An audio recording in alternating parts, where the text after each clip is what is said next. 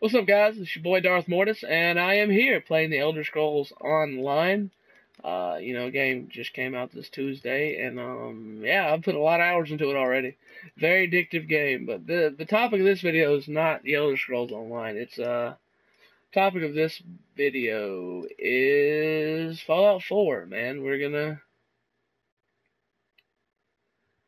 discuss the ins and outs of Fallout 4, and not really nothing crazy information. Just my not anything you guys haven't heard, but just some basic stuff that I think is gonna be in the game, and then some cool stuff that I like about this particular game, and just some basic information for you guys.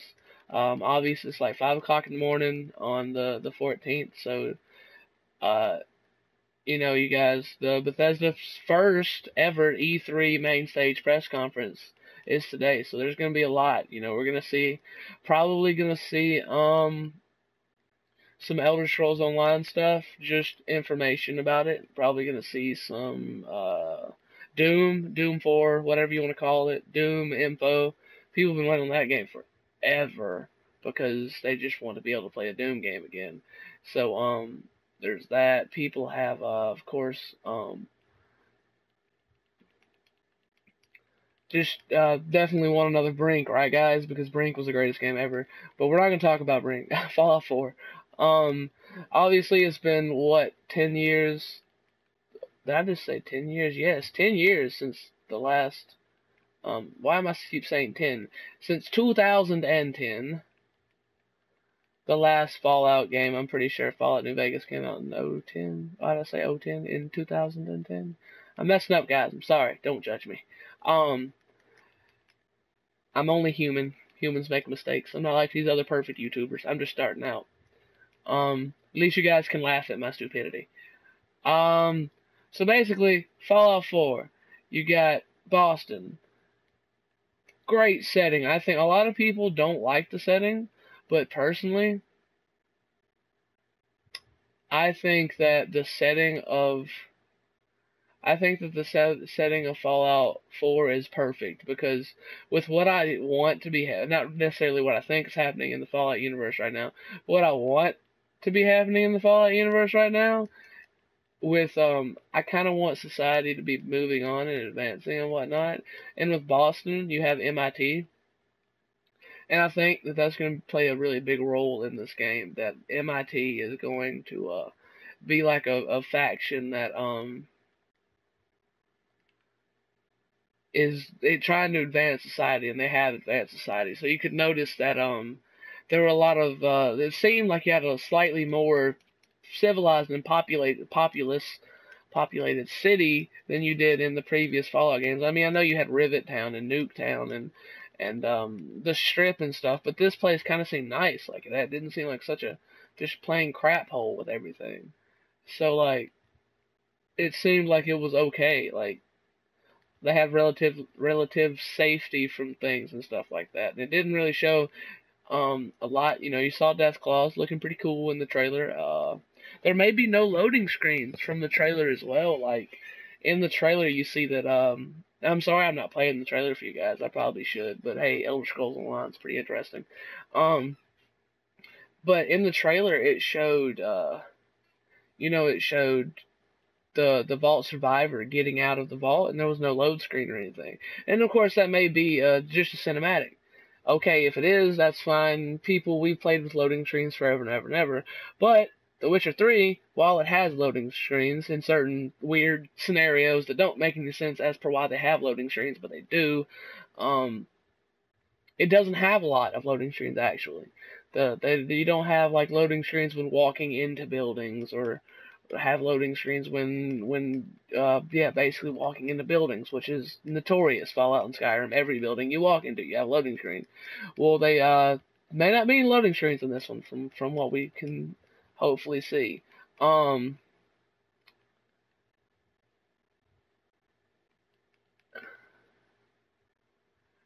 and so that would be awesome if it didn't have any loading screens to start off with there. But that's not confirmed or anything. We can only hope.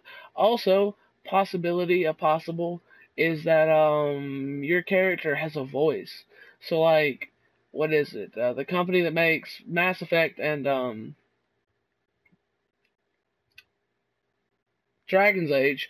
They can't remember the company's name, but they I'll remember it later and I'll hate myself for it. But yeah, they've had given us choices and being able to select what we want to say for a while now with their Mass Effect and Dragon Age games, and so I really think that Bethesda can do it, and it'll be great and add a whole new element to being able to have that. But some people are going to complain about that because it's going to take kind of an element of the player really being a part of the game to some people, I think. Um, and I can understand that. I can understand how people, well, how a character not having a voice could, for some people, really add to their immersive experience. Because I agree with that. Like, personally, it doesn't matter to me whether there's a voice or not. I want the most immersive experience that I can get out of it. So, I mean, that's just me. But having a voiced character is going to be cool. It's going to be a lot of fun to have a voiced character, I think. So, basically, there's that.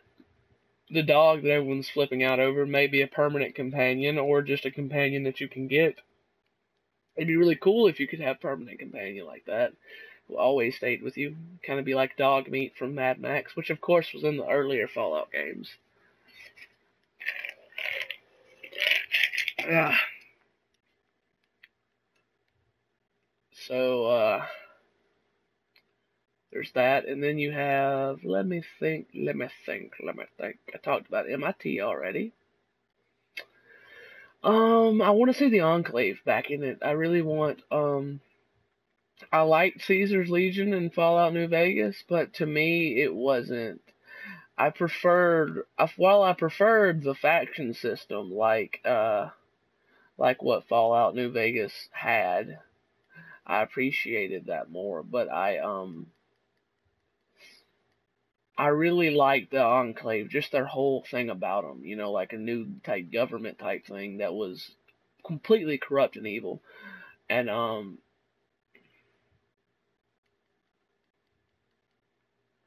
so it was just really cool, like, how they did that and everything. I really enjoyed how the faction war worked in Fallout New Vegas. Fallout 3, not so much. But that was their first adventure into the Fallout universe and everything. They're just getting rolling. So I think they're going to do something a lot like that, maybe with another faction. I do want it to be the Enclave, but it doesn't have to be. It can always, be another faction, a completely different faction. It doesn't have to be, like I said, it doesn't have to be the Enclave. I just really want it to be the Enclave.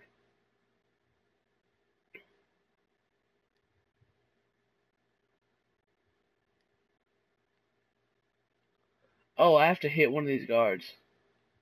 Okay. Um. Oh gosh. So so much information. The Italian GameStop site that said it'll be released on the 23rd or whatever. That was pretty cool. So that would be interesting because that's the date of the apocalypse. Like, that's the actual date of the apocalypse. The 23rd in the Fallout universe. Of course, can't remember again for the life of me what the exact year was. 20 something, 70 something maybe. But